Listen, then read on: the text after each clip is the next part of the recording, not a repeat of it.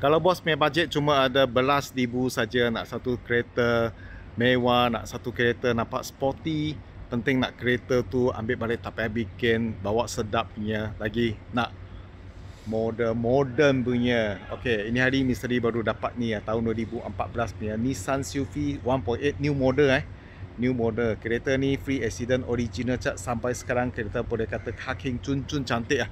Okey, ini hari misteri juga nak jual harga termurah dekat Malaysia.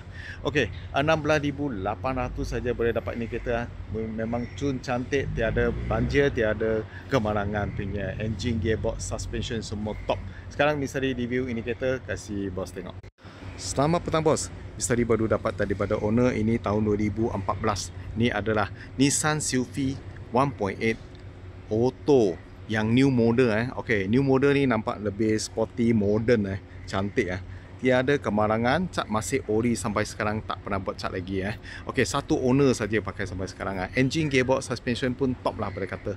Tayar bunga 7 ke 80% tebal. Owner cerita baru pakai setahun dari tayar, jadi tebal lah. Okey, kereta dalam interior lawa cantik, sama dengan aircon sejuk lagi. Okey, penting harga ini hari misteri juga nak jual harga termurah, harga berbaroi 16,800 saja. Ini juga boleh buat full loan lah. Kalau buat full loan bayaran 6 tahun lebih kurang pun dalam 300 lebih boleh dapat ini kereta Kalau ini kereta dulu baru punya time jual 100, tak silap 100 dekat 20 lah, 100 ribu belas macam tu, 100 dekat 20 ribu tapi ini hari nak jual 10% daripada baru punya harga 16,800 saja. Banyak murah kereta memang cun cantik bos punya nampak dia punya lampu belakang dengan depan macam baru cantik-cantik lagi Body semua lawa lah. Ni memang lawa, cat masih ori sampai sekarang. Owner memang pakai cermat lah. Memang pakai cermat, tampak dia lampu semua baru Tak ada accident ni kereta free accident punya kereta Kereta memang cun-cun cantik. Satu owner saja pakai sampai sekarang. Harga 16,800 saja. Kalau bos tengah minat ini model atau kata nak satu kereta mewah, tak besar sangat, tak kecil, ini boleh kata sesuai lah. Nampak memang sporty dengan modern, dia bentuk lawa.